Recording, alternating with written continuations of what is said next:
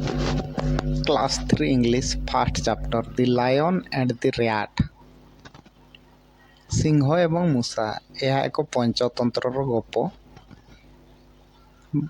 ବଣରେ ସିଂହଟିଏ ଥିଲା। ଇଏ ଆମର ମୂଷା, ଛୋଟିଆ ମୂଷା।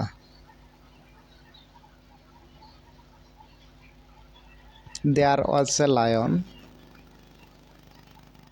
ସିଂହଟିଏ ଥିଲା। ସିଂହଟି ବଣରେ ଥିଲା ତାମାନେ। There was a rat ଗୋଟେ ଛୋଟ ମୂଷାଟି ଥିଲା।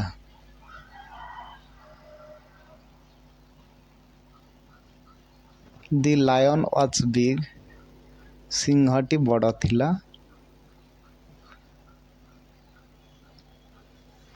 The rat was small ମୂଷାଟି ଛୋଟିଆ ଥିଲା ବା ଛୋଟ ଥିଲା।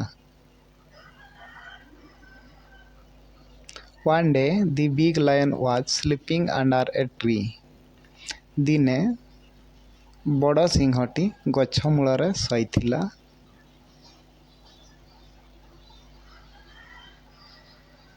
ଇଏ ଗଛ ମୂଳରେ ଶୋଇଛି।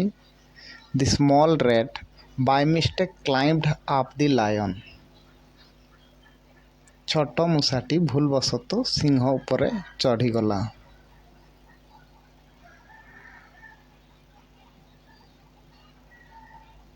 The lion was very angry ସିଂହଟି ଖୁବ୍ ଜୋରରେ ରାଗିଗଲା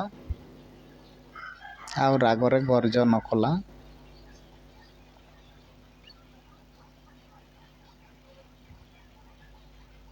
He roared ସେ ଗର୍ଜନ କଲା। And said, I will kill you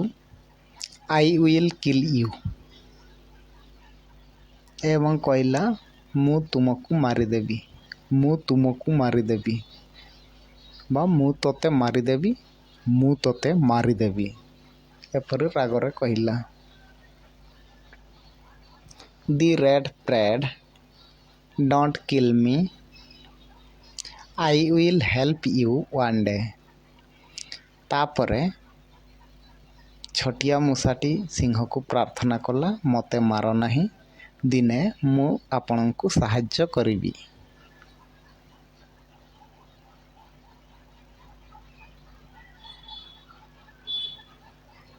ଏପରି ଭାବରେ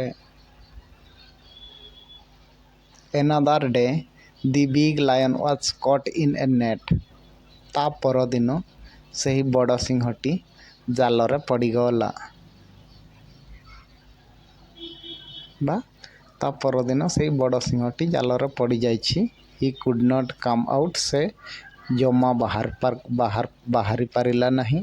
He roared and roared ସେ ବାରମ୍ବାର ଗର୍ଜନ କଲା।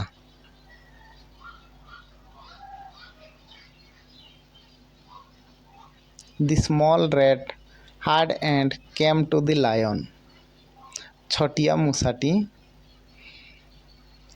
ଶୁଣିଲା ଏବଂ ସିଂହ ପାଖକୁ ଗଲା। The rat caught the net ତାପରେ ସେ ଜାଲକୁ କାଟିଦେଲା।